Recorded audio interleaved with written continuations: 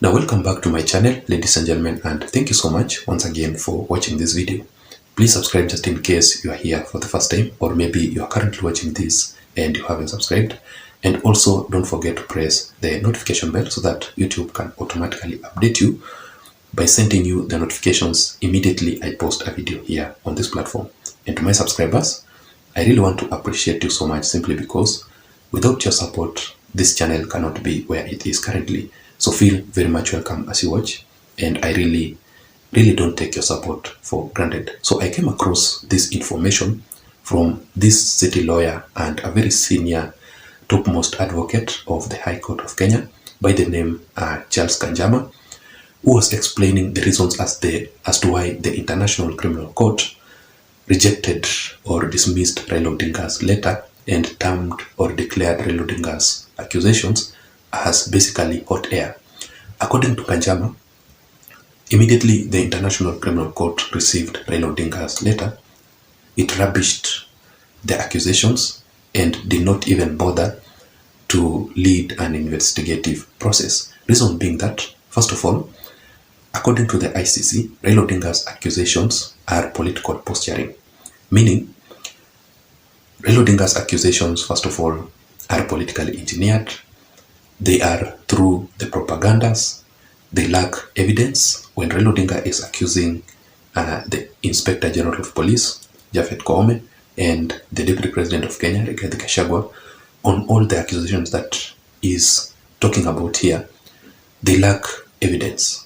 Raila Odinga does not have proof to justify what he's talking about here. It is basically hot air. It is led by a lot of propaganda, just like the Supreme Court petitions that Raila Odinga took challenging the previous 2022 general elections. I remember Raila Odinga's lawyers were very much keen. They were very much with a lot of accusations, critical accusations. But when it came to the period of evidence, or when it came to that time to, declare your evidence that you have towards to support your accusations, Raila Odinga's lawyers actually lacked the evidence. That is why the Supreme Court declared Raila Odinga's petition as basically hot air. So the same thing is happening here. Raila Odinga, yes, he has very critical accusations here concerning these two gentlemen to the ICC. But it is engineered by propaganda, no evidence. Secondly, ladies and gentlemen, according to the International Criminal Court, Raila Odinga was capitalizing on petrifying nature of the ICC. What I mean by this is this, that Raila Odinga was forcing his way through the local legal institutions to solve his cases. Raila Odinga should have consulted the courts, the local courts, the local legal institutions, first of all, to see if they can solve his accusations here.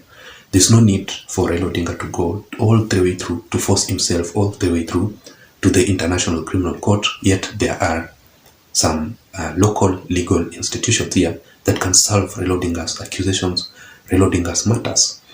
Basically here, the ICC cannot deal with Raila Odinga's accusations. They are too much minimal, and the International Criminal Court actually deals with very critical international crimes like genocide, like the cases against humanity, the political war, or those kinds of issues, not demonstrations, not the mass actions, not street protest, and the rest of the issues.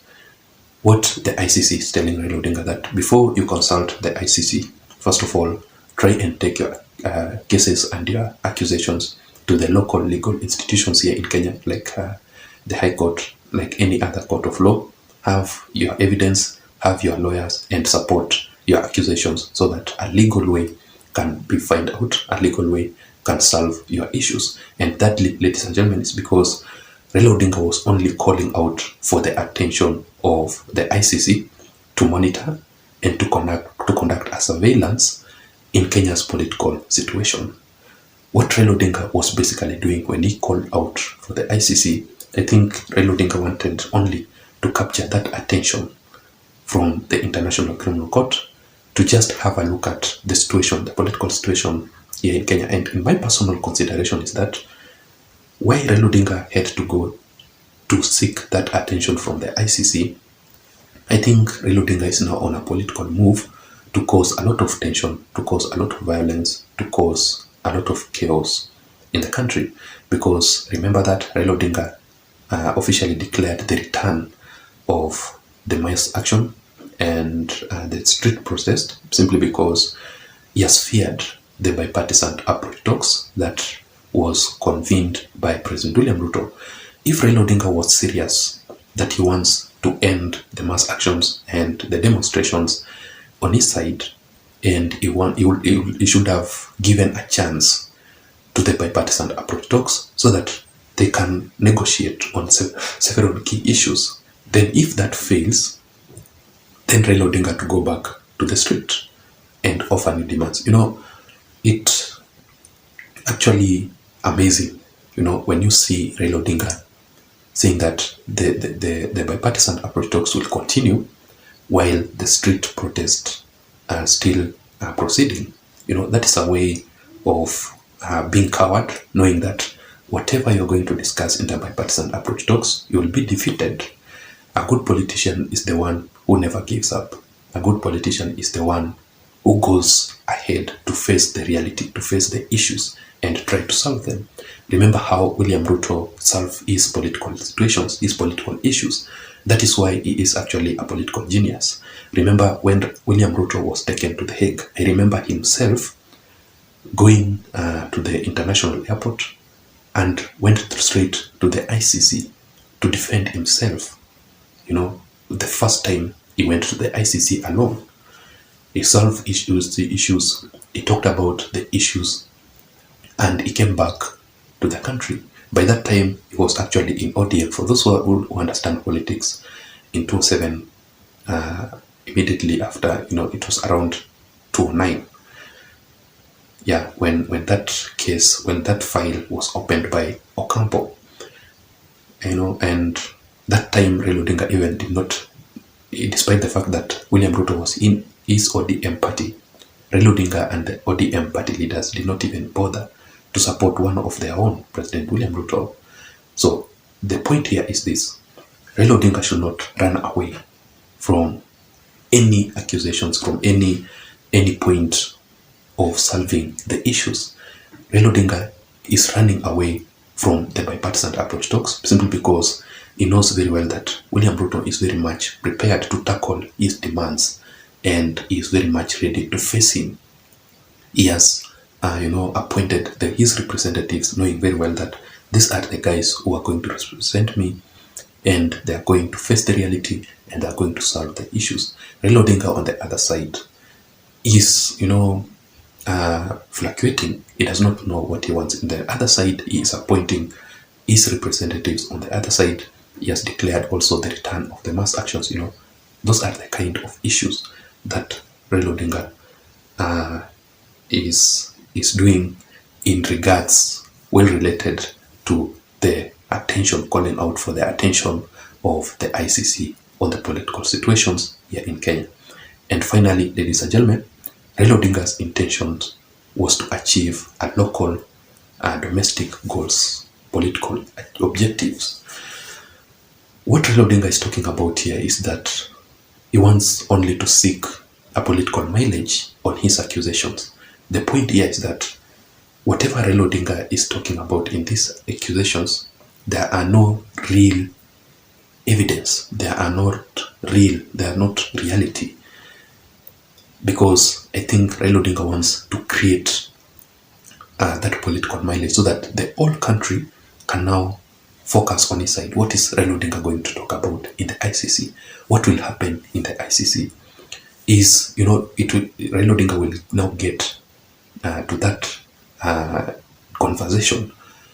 Majority of people will now start to talk about Raila Odinga's politics, just to create that political mileage, that political objective on his side so that he can gain. There are some people who are not supporting Raila Odinga, yes, but also the same people don't support Rigathi Gachagua, and they don't support the Inspector General of Police, Koome.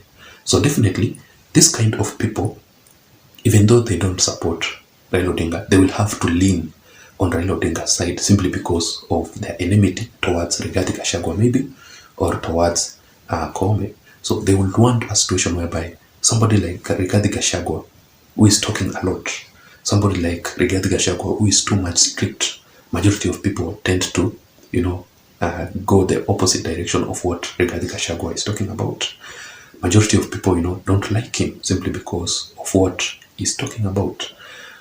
So what will happen here is this, that these same guys who, yes, they support William Ruto, but they don't support these guys, they will have to lean towards Raila Odinga situations. That is how Raila Odinga will gain politically here in Kenya. So basically, Raila Odinga's intention was to achieve a political objective.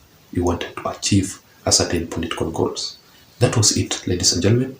What can you say about these issues? What can you say about Raila Odinga's case or letter to the ICC?